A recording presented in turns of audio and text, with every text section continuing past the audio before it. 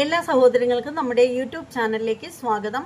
വീഡിയോയിലേക്ക് പോകുന്നതിന് മുമ്പ് നമ്മുടെ ചാനൽ ഇതുവരെയും സബ്സ്ക്രൈബ് ചെയ്തിട്ടില്ലാത്തവരൊക്കെ ഉണ്ടെങ്കിൽ ഒന്ന് സബ്സ്ക്രൈബ് ചെയ്ത് സപ്പോർട്ട് ചെയ്തേക്കുക. അതുപോലെ തന്നെ വീഡിയോയ്ക്ക് ഹൈപ്പ് ഉണ്ടെങ്കിൽ ഹൈപ്പും കൊടുത്തേക്കുക. ശരിക്കും പറഞ്ഞാലുണ്ടല്ലോ, എന്തിനാണ് ഈ ഒരു ഇന്ത്യ എന്ന് പറയുന്ന മഹാരാജ്യത്ത് കിടന്ന് ഇവന്മാർ പൊളയുന്നത് എന്ന് മനസ്സിലാക്കാനായിട്ട് സാധിക്കുന്നില്ല. എവിടെ തിരിഞ്ഞാലും ഭീകരത, എവിടെ തിരിഞ്ഞാലും ഭീകരന്മാർ. എന്താ കഷ്ടമല്ലേ? ഈ ഭീകരന്മാരെയൊക്കെ ഇനി എന്ത് ചെയ്യാനാണ്? ഭീകരന്മാർ പാഠം പഠിക്കുന്നില്ല, പാഠം പഠിപ്പിക്കാനായിട്ട് അധികാരികൾ നിൽക്കുന്നുമില്ല. അപ്പോൾ എന്തായാലും ഏത് മുസ്ലിം ഭീകരനെ പറ്റിയിട്ടാണ് ഈ പറയുന്നതെന്ന് ചോദിച്ചാൽ, യു പിയിൽ നടന്നൊരു സംഭവമാണ് കേട്ടോ. യു പിയിൽ നടന്നൊരു സംഭവം എന്ന് വെച്ചാൽ, അവിടെ കലാപം ഉണ്ടാക്കാൻ ശ്രമിക്കുകയാണ് ഒരു ഭീകരൻ. ഏതല്ലേ ആ ഭീകരൻ? അത് പറയാം. അതെന്ന് വെച്ചാൽ, ഒരു ക്ഷേത്രത്തിൻ്റെ മതിലിൽ ഐ ലവ് യു മുഹമ്മദ് എന്ന് എഴുതിയിരിക്കുകയാണ് ഏതോ ഒരു ഭീകരൻ. ഈ ഭീകരനൊക്കെ എന്ത് ചെയ്യട്ടെ? അതുമാത്രമല്ല, ഒരു കത്തുകൂടിയുണ്ട്. അപ്പോൾ അതേക്കുറിച്ചിട്ട് നമ്മുടെ രാഹുൽ ഈശ്വറിനെ നമുക്ക് എല്ലാവർക്കും അറിയാം. അദ്ദേഹത്തിൻ്റെ വളരെ വ്യത്യസ്തമായിട്ടുള്ള അദ്ദേഹത്തിൻ്റെ അവതരണം എനിക്ക് വളരെ ഇഷ്ടമാണ്. രാഹുൽ ഈശ്വറിനെ ഫോളോ ചെയ്യുന്ന ഒരാളാണ് ഞാൻ.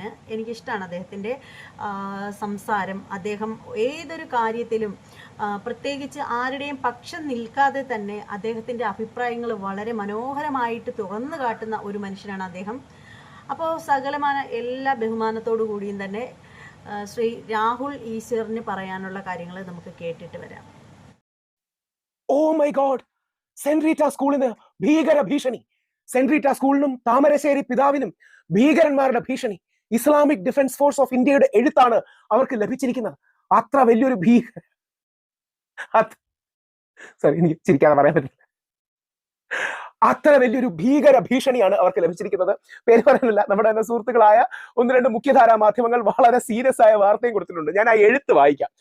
ആ ഭീകര ഭീഷണിയുടെ എഴുത്ത് വായിക്കുമ്പോഴേ എത്രമാത്രം തട്ടിപ്പാണ് എന്ന് മനസ്സിലാവും. പ്രസ് ഞാൻ എന്റെ പുറകില് ഒരു എഴുത്തും വെച്ചിട്ടുണ്ട്. നിങ്ങൾക്ക് ദൂരെ നിന്ന് കാണാൻ പറ്റുമെന്ന് അറിയില്ല. ഞാൻ ഫിൻലാൻഡിൽ ഒരു ഹോട്ടലാണ്, പേരൊന്നുമില്ല, അതുകൊണ്ടാണ് ഒളിത്താവളം എന്നാണ് എഴുതി വെച്ചിരിക്കുന്നത്. ഞാൻ എഴുതി വെച്ചിരിക്കുന്ന റീസൺ കൂടെ പറയാം. പക്ഷേ അതിൽ ഏറ്റവും നല്ല പ്രതികരണം ആദരണീയനായ ഫാദർ സിറിയക് കുണ്ടിയിലാണ്. കേരളം കൈയടിക്കേണ്ട പിതാവ് ഇദ്ദേഹമാണ്. പിതാവിന്റെ കാലിൽ തൊട്ട്, ഞാൻ മുമ്പ് പറഞ്ഞു നിങ്ങൾക്ക് ഇഷ്ടപ്പെട്ട പല പ്രതികരണങ്ങൾ, കാലിൽ തൊട്ട് അദ്ദേഹത്തിന് എന്താ പറയുക, സ്നേഹവും നന്ദിയും ഒക്കെ പറയും. ഇങ്ങനെയുള്ള കുറെ മനുഷ്യരെ കാണുമ്പോഴാണ് നമുക്ക് ദൈവവിശ്വാസത്തിലൊക്കെ വിശ്വാസം തോന്നും. അതായത് ദൈവത്തോട് അടുത്ത് നിൽക്കുന്നവർ, മതവും ആത്മീയതയും വിശ്വാസത്തോടെ അടുത്ത് നിൽക്കുന്നവർ നന്മയുള്ളവരാണെന്നും അവരെ പിന്തുടർന്നാൽ ദൈവികതയിൽ എത്താൻ കഴിയുമെന്നും നമുക്ക് തോന്നുന്നത് ഫാദറിനെ പോലുള്ളവരാണ്. ഫാദറിന്റെ പ്രതികരണമാണ് ക്ലാസിക്. സെന്റ് റീറ്റ സ്കൂളിന് ഭീകര ഭീഷണി എന്ന് ഒരു എഴുത്ത് വന്നപ്പോൾ അത് മറ്റൊരു പിതാവിന്റെ പേജിൽ ഷെയർ ചെയ്തിട്ടുണ്ടായിരുന്നു. ഞാൻ എന്റെ താഴെയുള്ള അദ്ദേഹത്തിന്റെ റെസ്പോൺസ് ആണ് എടുത്തിരിക്കുന്നത്.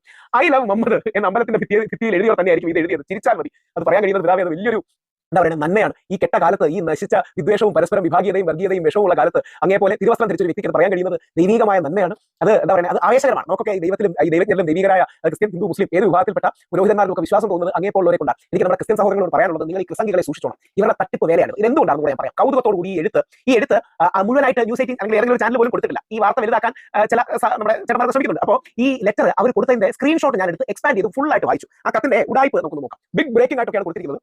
ന്യൂസ് 18 ഞാൻ സ്ഥിരം ചർച്ച ചെയ്യുന്ന ചാനലാണ്, നമ്മുടെ സുഹൃത്തുക്കളാണ്. മഞ്ജുഷ് ജിയെ കിടക്കാൻ എനിക്ക് വലിയ ആഗ്രഹമാണ്. പക്ഷേ ഇങ്ങനെ ഏതെങ്കിലും ഒരു എഴുത്തെഴുതി ചുമ്മാ ഒരു കൈപ്പടയിൽ ഒരു എഴുത്തെഴുതി ഇടുകയാണെങ്കിൽ അത് ഈ രീതി ബിഗ് ബ്രേക്കിംഗ് വാർത്തയാണോ നമ്മൾ നോക്കണം. അതായത് യഥാർത്ഥത്തിൽ കേരളത്തിലായത് അല്ലെങ്കിൽ പാവപ്പെട്ട ഏതെങ്കിലും മുസ്ലിമിനെ നോർത്ത് ഇന്ത്യയിലാണ് ഇവിടെ ജയിലിടും. അവൻ സിദ്ദിഖ് അപ്പോൾ 1.5 വർഷം കഴിഞ്ഞ് വെളിയിൽ വരും. നമ്മുടെ കേരളം ആയതുകൊണ്ടും എന്താ പറയുക, ഇവിടെ കുറെ നല്ല മനുഷ്യരും, കേരളത്തിൽ മാത്രമല്ല ഇന്ത്യയിലെ മറ്റ് ചില ഭാഗങ്ങൾ ഉള്ളതുപോലെ പോലീസുകാർ തന്നെ ഈ വിദ്വേഷവും വർഗീയത ഇല്ലാത്തവരൊക്കെ ഉള്ളതുകൊണ്ടാണ് നമ്മുടെ നാട്ടിൽ നന്നായി പോകുന്നത്. അത് യു പിയിലെ പോലീസുകാർ അതിലോ മുഹമ്മദ് എഴുതി പിടിച്ചവർ അവർക്ക് തന്നെ കൊടുക്കണം. ഈ എഴുത്ത് ഞാനൊന്ന് വായിക്കാം. ഈ എഴുത്ത് വായിക്കുമ്പോൾ ഇതിന്റെ തട്ടിപ്പ് എത്ര മാത്രമാണ് മനസ്സിലാകും. മാത്രമല്ല ഇത് എഴുതിയാണല്ലോ എന്നെ എനിക്ക് അടിമുട്ടി തരിച്ചു കയറുകയാണ്.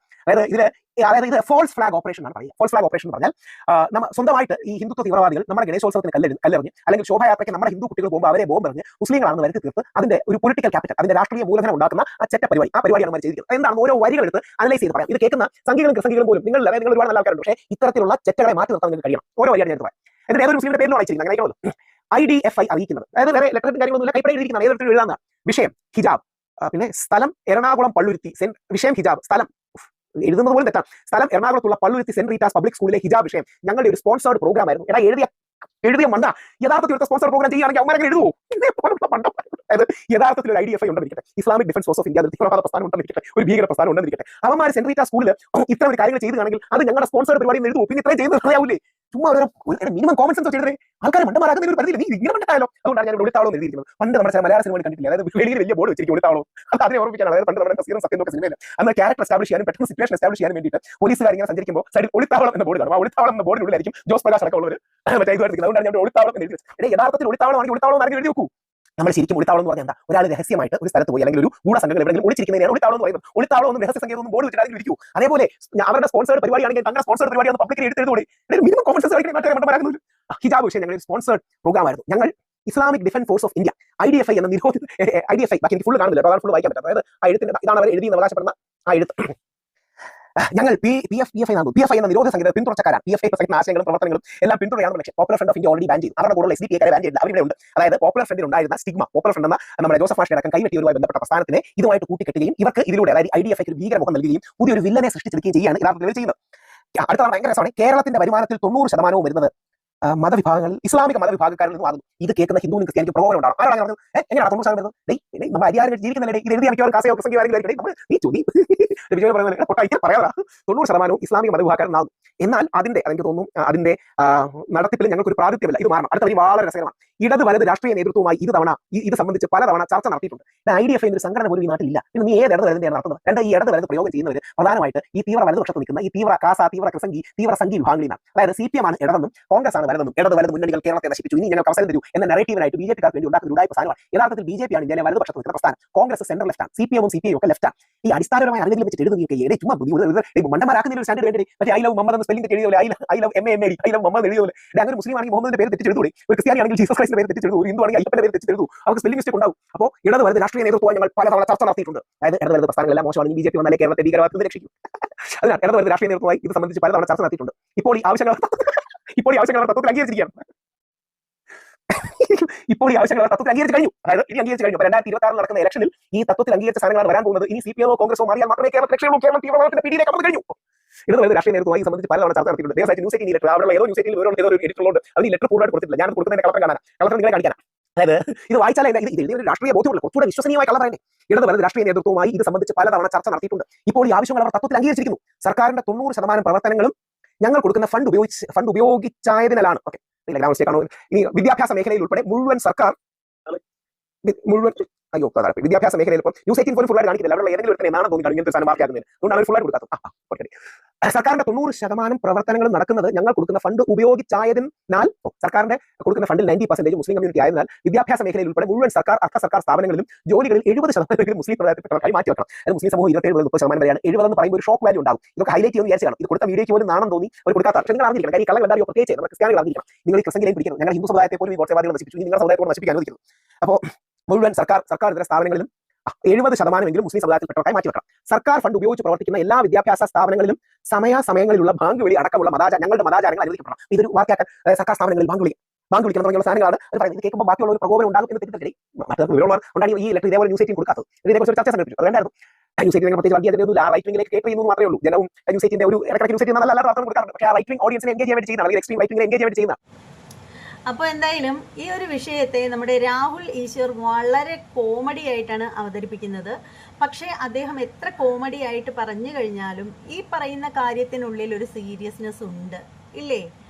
നമുക്ക് എല്ലാവർക്കും അത് മനസ്സിലാക്കാൻ സാധിക്കും. ശരിക്കും എനിക്ക് പറയാനുള്ളതെന്ന് പറഞ്ഞാൽ ജനങ്ങളോട് ഒരിക്കലും ഒരു ഭിന്നിപ്പ് ഉണ്ടാവാനായിട്ട് ആരും നോക്കരുത്. അത് ഹിന്ദുക്കളാണെങ്കിലും മുസ്ലിം കമ്മ്യൂണിറ്റിയിലുള്ള ആളുകളാണെങ്കിലും ക്രിസ്ത്യാനിറ്റിയിലുള്ള ആളുകളാണെങ്കിലും ആരാണെങ്കിലും അങ്ങനെ ഒരിക്കലും ഈ ഒരു വർഗീയത കൊണ്ട് ആർക്കും ഒരു ഗുണവും ഒരിക്കലും ഉണ്ടാവില്ല. അതുകൊണ്ട് ദോഷങ്ങൾ മാത്രമേ ഉണ്ടാവൂ. നമുക്ക് നമ്മുടെ പഴയ കാലങ്ങളിൽ നടന്നിട്ടുള്ള പല കാര്യങ്ങളും എടുത്തു നോക്കിക്കഴിഞ്ഞാൽ നമുക്കത് മനസ്സിലാക്കാൻ പറ്റുന്നതേ ഉള്ളൂ. ഒരുപക്ഷെ ഈ വർഗീയത മുന്നോട്ട് പോകുമ്പോൾ ഒരു തെറ്റും ചെയ്യാത്ത പല മനുഷ്യരുമായിരിക്കും ഇതിന് ഇരയാകപ്പെട്ടു പോകുന്നത്. ശരിക്കും ഇതേക്കുറിച്ചിട്ട് പോലും മനസ്സാ വാച കർമ്മണ ചിന്തിക്കുക പോലും ചെയ്യാത്ത പല ആളുകളുമായിരിക്കും ഇതിലൊക്കെ ഇരയാക്കപ്പെടുന്നത്. നമ്മൾ പണ്ട് നടന്ന പല സംഭവങ്ങളും എടുത്ത് നോക്കിക്കഴിഞ്ഞാൽ നമുക്കതിനെക്കുറിച്ചിട്ട് അറിയാൻ സാധിക്കും. അതുകൊണ്ട് തന്നെ പറയാനുള്ളതെന്ന് പറഞ്ഞാൽ ദയവ് ചെയ്ത് ഇങ്ങനെയുള്ള കാര്യങ്ങളൊന്നും ആരും അനാവശ്യമായിട്ട് കുത്തിപ്പൊക്കിക്കൊണ്ട് വരാതിരിക്കുക. അത് ആരാണേലും ഏത് മതവിഭാഗത്തിലുള്ള ഏത് വിശ്വാസിയും അവിശ്വാസിയായാൽ പോലും. പിന്നീട് നമുക്ക് ബാക്കി കാര്യം രാഹുൽ ഈശ്വർ പറയുന്നത് കേട്ടിട്ട് വരാം. ഇതിനെതിരെ നിൽക്കുന്ന NSS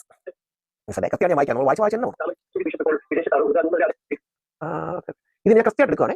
ലെറ്റർ ഫുൾ ആയിട്ട് കൊടുക്കണം, എന്നാലേ കോമഡി നമുക്ക് മനസ്സിലാവുള്ളായിരുന്നു. നീ എത്ര സ്ഥലത്ത് പറയുന്നറിയോ മറ്റേ പിതാവിന് തീവ്രവാദ ഭീഷണി. ഇതിന് എതിരെ നിൽക്കുന്നവർ, ഇതിന് എതിർപ്പുള്ളവർ ഞാൻ വരികൾ പോലെ തെറ്റാതെ വായിക്കുന്നത്. നിങ്ങൾക്ക് ദൂരെ നോക്കി കാണാമെങ്കിൽ ഇത് ഈ സ്ക്രീൻ ഒന്ന് പോസ് ചെയ്താൽ നിങ്ങൾക്ക് വായിക്കാൻ പറ്റും. ഈ സ്ക്രീൻ ഒന്ന് പോസ് ചെയ്താൽ നിങ്ങൾക്ക് വായിക്കാൻ പറ്റും. ഒരു കുത്തകമേ പോലും എത്തുന്നില്ല. അത് നോക്കണം. ഇതിന് എതിർപ്പുള്ളവർ NSS, SNDP, ക്രിസ്ത്യൻ മാനേജ്മെന്റുകൾ സർക്കാർ ഏടുകൾ നിർത്തലാക്കി അവർ സ്വന്തം സഭകളായി പ്രവർത്തിക്കട്ടെ. ഓക്കെ, അടുത്ത കിടിലോ ക്രിസ്ത്യാനികൾ ഇത്രയൊക്കെ എഴുതിയ പോകാതിരിക്കുന്ന 1-2 പേര് ആലോചിച്ച് എഴുതിയായിരിക്കും. ഇതൊന്നും പ്രകോപനം വരുന്നില്ല. കുറച്ചുകൂടെ കൂട്ടണ്ടേ, കുറച്ചുകൂടെ സ്പിരിറ്റ് കൂട്ടണ്ടേ, വർഗീയതയും വിദ്വേഷം കൂട്ടണ്ടേ. അടുത്തറിയാം, ക്രിസ്ത്യാനികൾ ദൈവനാമത്തിൽ അനാശാസം പഠിപ്പിക്കുകയും പ്രവർത്തിക്കുകയും ചെയ്യുന്നവരാണ്. അരമനകൾ, ബിഷപ്പ് ഹൗസുകൾ, അനാഥാലയങ്ങൾ, കന്യാസ്ത്രീ മഠങ്ങളും അങ്ങനെയാണ്. ഇത് എഴുതിയ മണ്ടൻ അറിയേണ്ട കാര്യം, ഇസ്ലാമിക വിശ്വാസ പ്രകാരം യേശുക്രിസ്തു ഒരു പ്രവാചകനാണ്. യേശുക്രിസ്തുവിന്റെ അമ്മ മറിയത്തെയാണ് പരിശുദ്ധ ഖുറാനിൽ ഒരു സ്ത്രീയുടെ പേരായി മെൻഷൻ ചെയ്തിരിക്കുന്നത്. പരിശുദ്ധ മറിയം, അമ്മ മറിയത്തിന് വേണ്ടി ഒരു ചാപ്റ്റർ തന്നെ പരിശുദ്ധ ഖുറാനിലുണ്ട്. ഒരു ഇസ്ലാം മത വിശ്വാസിക്ക് ഒരിക്കലും യേശുക്രിസ്തുവിനെയോ പള്ളിയെയോ സ്ഥാപനങ്ങളെയോ അമ്മ മറിയത്തെയോ തെളി പറയാൻ കഴിയില്ല. യഥാർത്ഥ വിശ്വാസിയായ മുസ്ലിം കാര്യം അവരുടെ വിശ്വാസ പദ്ധതിയുടെ ഭാഗമാണ് യേശുക്രിസ്തു. മാത്രമല്ല ആദം നബി മുതൽ മോശ മുതൽ യേശുക്രിസ്തു മുതൽ പ്രവാചകൻ മുഹമ്മദ് നബി സല്ലല്ലാഹു അലൈഹി വസല്ലം വരെ അവർ വിശ്വസിക്കുന്ന ഒരു പദ്ധതിയാണ്. അത് അവർക്ക് തെളി പറയാൻ പറ്റില്ല. ഇത് എഴുതും, അതായത് മനഃപൂർവ്വം ചെയ്യുന്ന ചില ക്രിസ്ത്യാനികൾ അറിഞ്ഞിരിക്കണം. ഞാൻ തന്നെ നാഷണൽ മീഡിയ ചർച്ച ചെയ്തിട്ടുള്ള മറ്റേ ക്രിസ്ത്യൻ രൂപം അടിച്ചു ചേർത്തു മുസ്ലിം ഒക്കെ സ്ത്രീകൾ എന്നൊക്കെ പറഞ്ഞ് അവസാനം പിടിക്കപ്പെടുന്നത് തീവ്ര വലതുപക്ഷക്കാരെയാണ്, തീവ്ര ഹിന്ദുത്വവാദികളെയാണ്.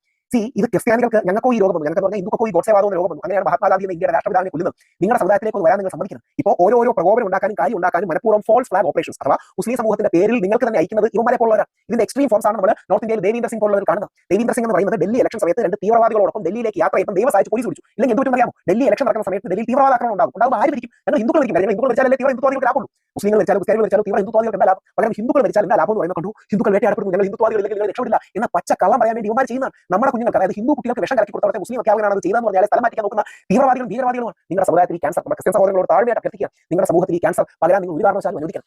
ശ്രീ പിതാവിനെ പോലുള്ള ഒരുപാട് ആൾക്കാർ ഉള്ളതുകൊണ്ട് അത് അങ്ങനെ ഉണ്ടാവില്ല എന്ന് പ്രതീക്ഷയുണ്ട്. അദ്ദേഹം പറയുന്നത് ഈ സംഭവങ്ങളൊക്കെ ഉണ്ടാക്കിയത് എന്ന് പറഞ്ഞാൽ ഒരു സംഘിയുടെ ബുദ്ധിയാണ് എന്നാണ് അദ്ദേഹം പറഞ്ഞു വെക്കുന്നത്. അപ്പോൾ എന്തായാലും അതേക്കുറിച്ചിട്ട് എന്താ പറയുക, എനിക്ക് കൃത്യമായിട്ടൊരു മറുപടി പറയാനായിട്ട് കഴിയില്ല. പക്ഷേ എന്തായാലും ഇദ്ദേഹം പറയുന്നത് വെച്ച് നോക്കുകയാണെങ്കിൽ നമ്മൾ മനസ്സിലാക്കേണ്ട ഒരു കാര്യം എന്ന് വെച്ചാൽ, ഒരിക്കലും ഞാൻ തെറ്റ് ചെയ്യുന്നു എന്നുള്ളത് മനസ്സിലാക്കി കൊടുക്കാൻ വേണ്ടിയിട്ട് ആരും ഒരു ലെറ്റർ എഴുതി വെക്കില്ലല്ലോ.